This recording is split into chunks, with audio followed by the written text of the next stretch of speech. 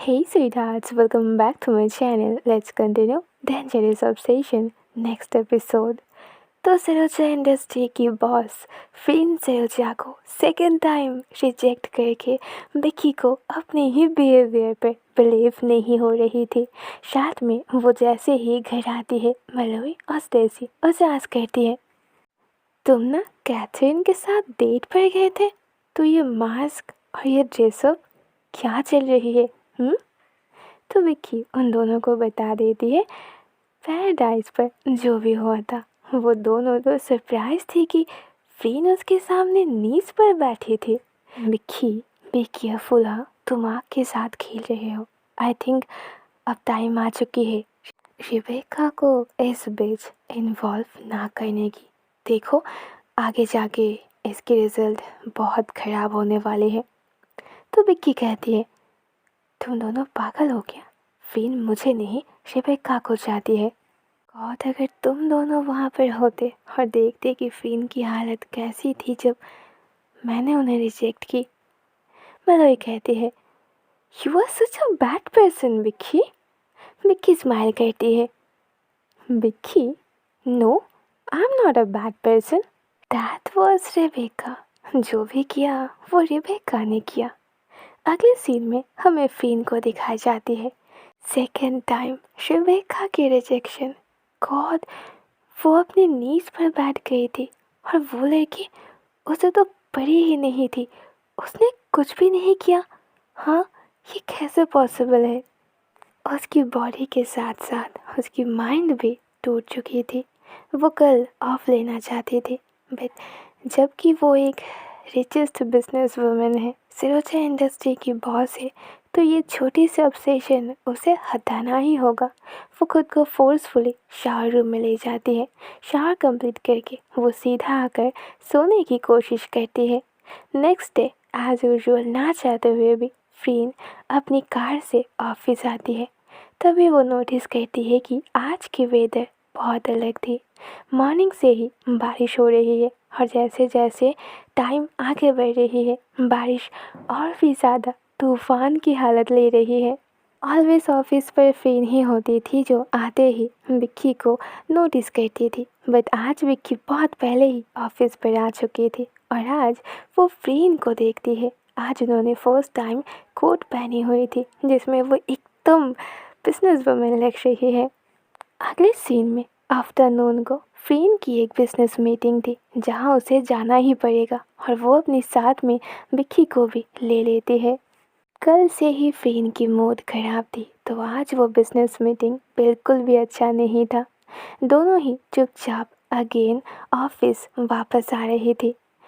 तब already 4 PM हो चुकी थी। उस जगह से ऑफिस की डिस्टेंस बहुत दूर थी। उस हाईवे पर वो दोनों ही नोटिस करती है कि बारिश और भी ज़्यादा हो रही है और अब तो चारों ओर एकदम अंधेरा भी हो चुकी है। विक्की को परेशान देखकर फ्रीन ही कहती है, दो वरी, मैं तुम्हें घर ड्रॉप कर दूंगी। तुम अपनी डेट के लिए लेट नहीं हो जाओगे? विक्की एक बार फ्रीन की ओर देख लेती है। आज आपकी मूड खराब थी ना, इसीलिए सब कुछ खराब है। कुछ टाइम बाद इतनी ज़्यादा बारिश होने लगती है कि फ्रीन अपनी कार को ड्राइव ही नहीं कर पा रही थी। उस तूफान बारिश में उस सुनसान रोड पे कार को ले जाना इम्पॉसिबल। विक्की नोटिस करती है कि कार की स्पीड धीरे धीरे कम हो रही है। मिस फ्रीन, क्या आप थोड़ी फास्ट चल सकते हो? मुझे पूरी रात इस जंगल में नहीं बिताना है। फ्रीन भी कहती है, आर यू मैड? तुम्हें दिखाई नहीं दे रही है यहाँ की हालत कितनी ज़्यादा ख़राब है? मेरी कार आगे जाएगी कैसे? तो विक्की बस यही बोल रही थी कि आज तो मेरी लक ही ख़राब है। आज मैं आपके साथ इस बिजनेस मीटिंग पे आने के लिए मान कैसे गया? अब मैं घर कैसे जाऊंगी? और आप कैसे ड्राइव कर रहे हो? गॉड, क्या होगी अब? फ्रीन चुपचाप स्टीयरिंग को होल्ड करके बस ड्राइव कर रही थी। गुस्सा तो उसे भी आ रही थी, आज उसकी भी मूड खराब थी। विक्की प्लीज़, चारों ओर अपनी नज़रें घुमाओ। क्या कुछ तुम्हें दिखाई दे रही है? इस बीच हम फंस चुके हैं। प्लीज़ सर, तुम मुझे और परेशान मत करो। एक टूटी हुई रिकॉर्ड कैसेट की तरह बस बचे जा रहे हो। शांत हो जाओ। इतनी जल्दी में, इतनी बारिश में तुम्हें जाना कहाँ है? और तुम्हारी मूड इतनी खराब क्यों है? क्यों? कल रात कैथरीन की परफॉर्मेंस बेड पर अच्छी नहीं थी? फ्रीन की ये बात तो विक्की के दिल पर एक फायर की तरह बस चुभती है। वो फ्रीन को बस गुस्से भरी नजरों में देखती है। ओह गॉड, शे, कितनी गंदी सोच है आपकी फ्रीन। आप कितनी ज़्यादा बैड हो। मैं इतने दिनों से आपको झेल कैसे रही थी। आप सरोजा इंडस्ट्री की बॉस हो। दैट्स नॉट मीन कि आप पूरी वर्ल्ड की बॉस हो। कार यहीं पर रुको, मुझे बाहर जाना है। सडनली फ्रीन को रियलाइज़ होती है कि उसने गुस्से में आई थिंक कुछ ज़्यादा ही कह दिया। वेल, उसे कार रोकने की नीड नहीं होती है कॉज ऑटोमेटिक उसकी कार ख़राब हो जाने की वजह से वहीं पर रुक जाती है। विक्की जल्दी से अपने बैग लेती है और उस तूफान बारिश में उस सुनसान रोड में ही बाहर निकल जाती है और बस सामने की ओर भागने लगती है। पीछे से फिर लाउडली कहती है, यू स्टूपिड, इतनी बारिश में जा कहाँ रहे हो? लिसन, मेरी बात सुनो।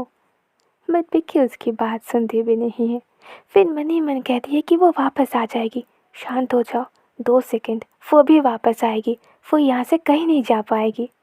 बट ये सब बेकार की सोच थी। विक्की वापस नहीं आती है। फिर जल्दी से डोर ओपन करके सामने की ओर भागती है।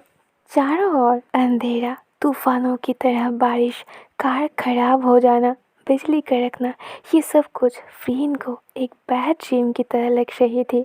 वो थोड़ी दूर जाते ही फाइनली विक्की को देख लेती है। What the hell are you doing, Vicky? क्या तुम बहरे हो? तुम्हें सुनाई नहीं देती? मैंने कहा रुको यहीं पर। फ्रीन भागते हुए उसके शोल्डर को होल्ड करती है और उसे रोक लेती है। विक्की उसकी ओर टर्न करती है। उसकी आंखों में ऑफ कोर्स बहुत गुस्सा थी। आप जानना चाहते हो मैं यहाँ से कहाँ जाना चाहती हूँ? एक ऐसी प्लेस पर जहाँ मुझे आपकी ये सारी गंदी बातें नहीं सुननी पड़ेगी। उस बारिश में भी फ्रीन उसकी आंखों में इमोशंस देखती है। फ्रीन जल्दी से उसके हाथ होल्ड करके उसे अपने पास पुल करती है। तुम मुझे छोड़कर कहीं नहीं जाओगे, अंडरस्टैंड? विक्की उसे धीरे से पुश करती है और खुद से अलग करती है। Don't touch me, I hate you Freen. फिर उसे अगेन पुल करके इस बार उसे टाइटली ग्रैब कर लेती है। I know Vicky, you hate me. फिर ये कहते हुए उसे फौरन किस करती है कॉज इसके अलावा और कोई ऑप्शन नहीं थी उसे रोकने की। गॉड, वो लिप्स, वो टेस्ट सबसे ज़्यादा खूबसूरत थी, सबसे ज़्यादा प्योर थी। फर्स्ट कुछ सेकंड विक्की बहुत कोशिश करती है उसे छुड़ाने की, बट अगली ही पल वो सब कुछ छोड़ देती है। वो सरेंडर कर देती है। उसकी टेस्ट, उसकी फीलिंग्स, सब कुछ फ्रीन के लिए बहुत ज़्यादा कीमती थी। वो राइट नाउ विक्की को छोड़ना नहीं चाहती थी, बट दोनों को ही ब्रीदिंग की नीड थी, तो ना चाहते हुए भी वो विक्की को छोड़ती है। तुम मुझे छोड़कर कहीं नहीं जाओगे, ओके? विक्की तो उसे धीरे से कहती है कि अब तो बारिश हो रही है, अब हम कहाँ जाएंगे? तो फ्रीन कहती है, तुम्हें उसकी चिंता करने की कोई नीड नहीं है। तुम्हारे साथ मैं हूँ ना, मैं कुछ ना कुछ अरेंजमेंट कर ही लूँगी। तो कुछ टाइम चल के जाते हुए उन दोनों को ही एक होटल मिल जाती है। वेल, ये 5 स्टार तो नहीं थी, पर अभी इतनी मुसीबत में ये काफ़ी थी। रिसेप्शन पर एक वुमन बैठी हुई थी। विक्की ही जाकर कहती है, एक्सक्यूज़ मी, क्या आज रात के लिए हमें कोई रूम मिल सकती है? तो वो वुमन एकदम से कह देती है, सॉरी, हमारे इस होटल पर आज रात के लिए कोई भी रूम खाली नहीं है। तब फ्रीन कहती है, देखिए, आपको जितने पैसा चाहिए मैं पे करूँगी, बट प्लीज़ एक बार चेक तो कीजिए। तो थोड़ी सी चेक करने के बाद उस वुमन को रूम मिल जाती है। वेल देखो, 2 रूम तो नहीं है, एक रूम है। 24, ये रही उसकी कीज़, अगर चाहिए तो जा सकते हो। फ्रीन और विक्की दोनों ही एक दूसरे की ओर देख रही थी। विक्की कहती है, ऑलराइट, हम मैनेज कर लेंगे। अगले सीन में वो रूम दिखाई जाती है। रूम की हालत उतनी भी परफेक्ट नहीं थी। फ्रेन को ये रूम बिल्कुल भी पसंद नहीं आती है। वो डोर लॉक करके नाइट लैम्प की ओर कीज को फेंकती है। मिक्की फ्रेन की हालत देखकर बस मीठी मीठी स्माइल कर रही थी। कम ऑन फ्रेन, आज रात के लिए आपको ये रूम मैनेज करनी ही होगी। फ्रेन भी कहती है, हाँ तो मैं मैनेज कर रही हूँ ना। तुम पहले जाओ, जाके शावर ले लो। हम दोनों के ही कपड़े एकदम से भीगी हुई है। विक्की शावर रूम जाते ही फ्रीन अपनी कोट को ओपन करती है। उसे समझ नहीं आ रही थी कि अगेन इस सिचुएशन की क्या मतलब थी। क्या किस्मत उसे एक और चांस देना चाहती है या फिर ये बस एक इत्तेफाक है। फ्रीन को कुछ भी समझ नहीं आ रही थी। उसे नहीं पता वो कब तक अपनी फीलिंग्स को ऐसे ही कंट्रोल करके रखेगी। अगले सीन में डोर ओपन करके विक्की बाहर आती है। वेल उसकी सारी क्लॉथ जैसे कि वेट हो चुके थे तो वो बस एक छोटी सी वाइट कलर शॉर्ट ड्रेस में बाहर आती है। उसकी हेयर एकदम मिसी थी और उस शॉर्ट ड्रेस में उसकी पूरी बॉडी दिखाई दे रही थी। विक्की फ्रेन की ओर एक बार देख कर अपनी नज़र नीचे कर लेती है। सारे कपड़े तो भीग गए ना, तो बस पहनने के लिए यही था मेरे पास। विक्की ये कहते हुए धीरे धीरे मिरर के सामने जाती है और अपनी हेयर को रब करती है। तो फ्रेन बेड से नीचे आती है और धीरे धीरे विक्की के पीछे जाकर खड़ी हो जाती है। फ्रेन इस बात को महसूस कर लेती है कि पीछे उसकी प्रेजेंस को महसूस करते हुए विक्की शेक कर रही थी। वो अपनी हाथ धीरे धीरे उसकी शोल्डर पर रखती है। उसकी हाथ मूव होती है, धीरे धीरे वेस्ट पर जाती है और उसे टाइटली ग्रैब करती है। फिर अपनी हेड उसकी शोल्डर पर रखती है। वेल, तुम्हें आज रात इस कपड़े की भी नींद नहीं है विक्की। विक्की तब मिरर पर देखती है सीधा फ्रेन की आंखों में। गॉड, फ्रेन की हार्ट बीट और उसकी ब्रीदिंग इतनी ज़्यादा फास्ट हो जाती है कि वहाँ चुपचाप खड़े रहना उसके लिए मुश्किल हो रही थी। राइट नाउ दोनों को क्या चाहिए था ये तो वो दोनों भी जानती थी। फ्रेन उसकी वो शॉर्ट ड्रेस की रिबन भी ओपन करती है। ड्रेस नीचे फ्लोर पर गिर जाती है। विक्की अभी भी कोई भी मूवमेंट नहीं कर रही थी। उसकी आंखें ही काफ़ी थी फ्रेन को और भी ज़्यादा वीक बनाने के लिए। उसे नहीं पता कि ये राइट है या फिर रॉन्ग। वो बस इस मोमेंट को जीना चाहती थी। वो धीरे धीरे विक्की की और पास आती है और उसके नेक पर किस करने लगती है। अगर तुम्हें कहीं पर भी लगे कि हमें रोकना चाहिए तो बस मुझे बता देना।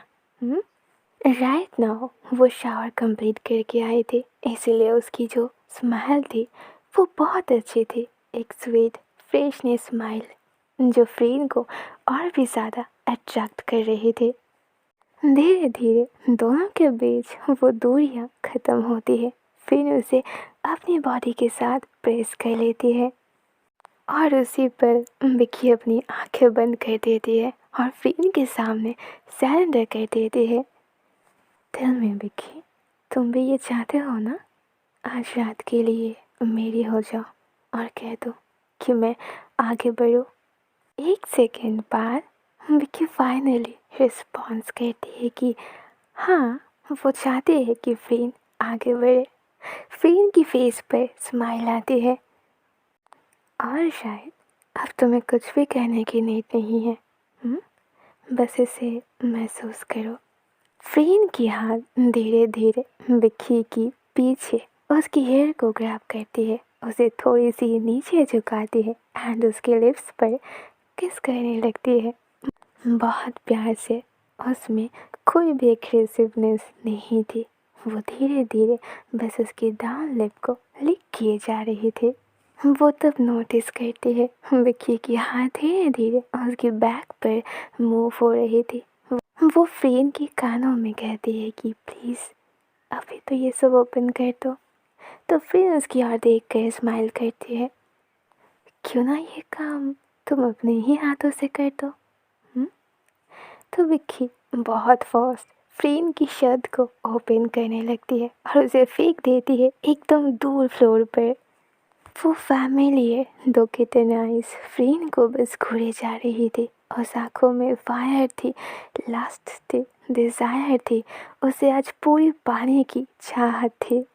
फ्रीन और टाइम वेस्ट नहीं करती है। वो उसकी नेक पर किस करने लगती है, उसकी कॉलर बोन बढ़ाती है एंड धीरे धीरे उसकी प्राइवेट पार्ट पर वो बिक्की की ब्लैक स्पॉट को लिक करने लगती है, जिससे बिक्की और भी ज़्यादा शेक करने लगती है। उसकी ब्रीदिंग बढ़ जाती है।